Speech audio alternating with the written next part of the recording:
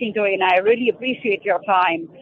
To begin with, your initial reaction, Pakistan's army chief who threatened to take half the world down if Pakistan goes down. What do you have to make of this nuclear rhetoric made on American soil? Well, I think that that's an important distinction. I'm not surprised that Pakistani officials are engaging in saber rattling and, playing the nuclear threat card. We've heard that before. What we had not heard before is this sort of nuclear threat from American soil. And if this was the only incident, I would find it rather unremarkable. But what we are currently witnessing is a trend where it appears that this second Trump administration is tilting towards Pakistan and away from India. We've actually seen it throughout the course of this whole summer. I think that a key turning point was Operation Sindoor, where the Trump administration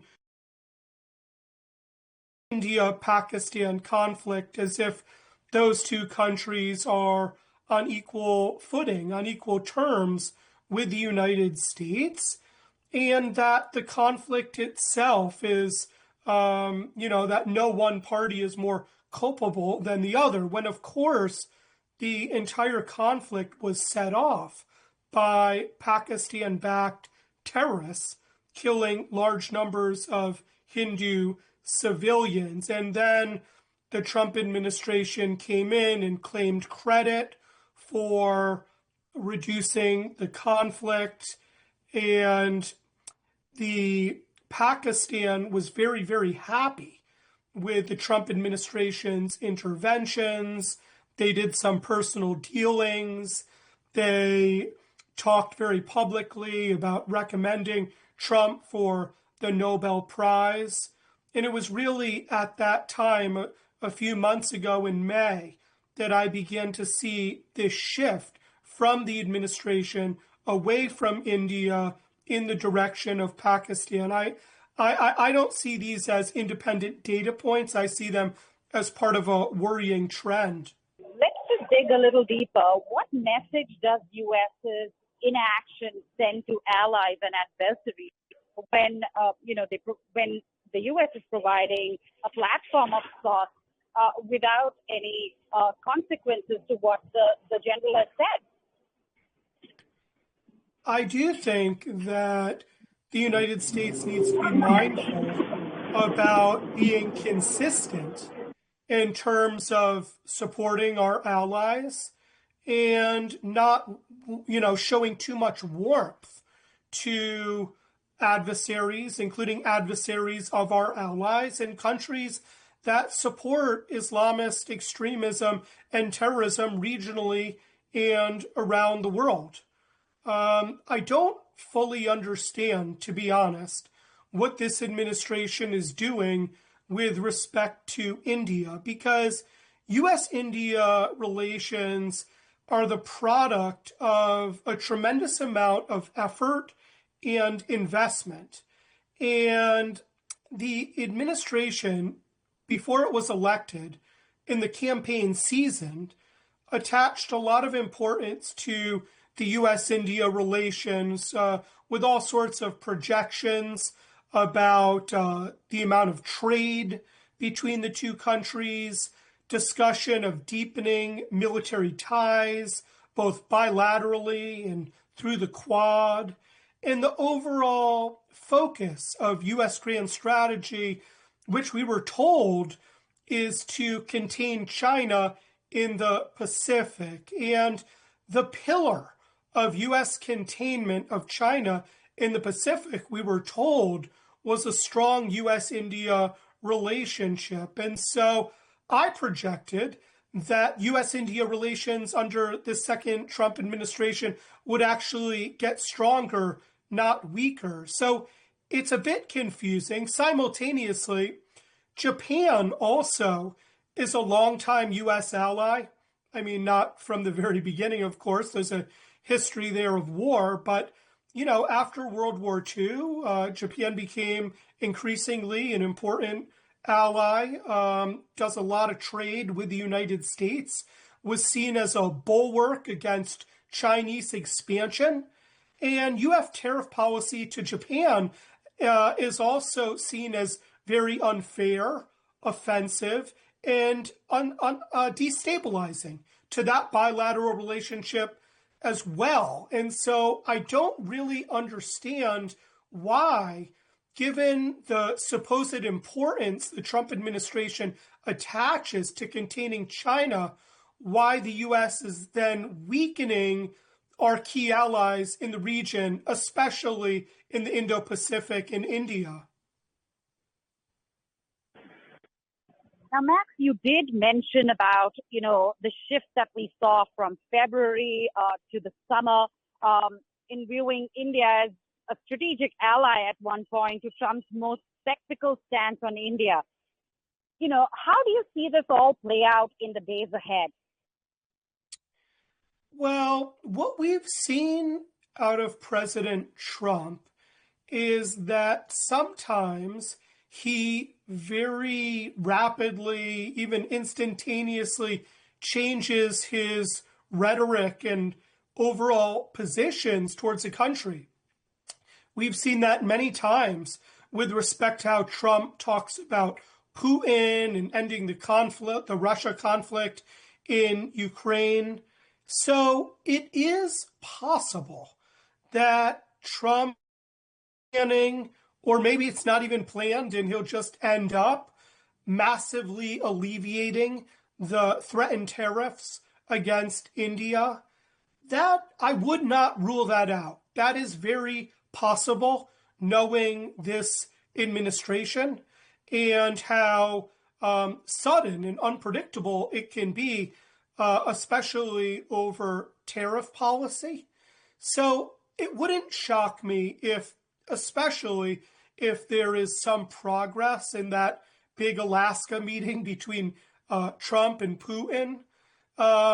If the U.S. alleviated that 25% tariff on Indian purchasing of Russian oil, I am at least hopeful that the U.S. and India will right this course, because I think that India is too important to the United States for there to be any kind of a permanent bump in the relationship. I will say, however, that even if some of the tariffs, a substantial amount of the tariffs, like that 25% I mentioned, are lifted, I still think that the U.S.-India relationship may not fully recover for quite some time under this administration, because the message to India is that the United States isn't reliable. And that is happening at the same time that the U.S. is inviting the Army Chief of Staff of Pakistan for high-level meetings, including with the president in the United States, where Pakistan's tariffs are among the lowest in the region and much lower than India's, where there's talk of enhanced trade. One of the terrorist groups inside of Pakistan has recently been now listed as a foreign terrorist organization.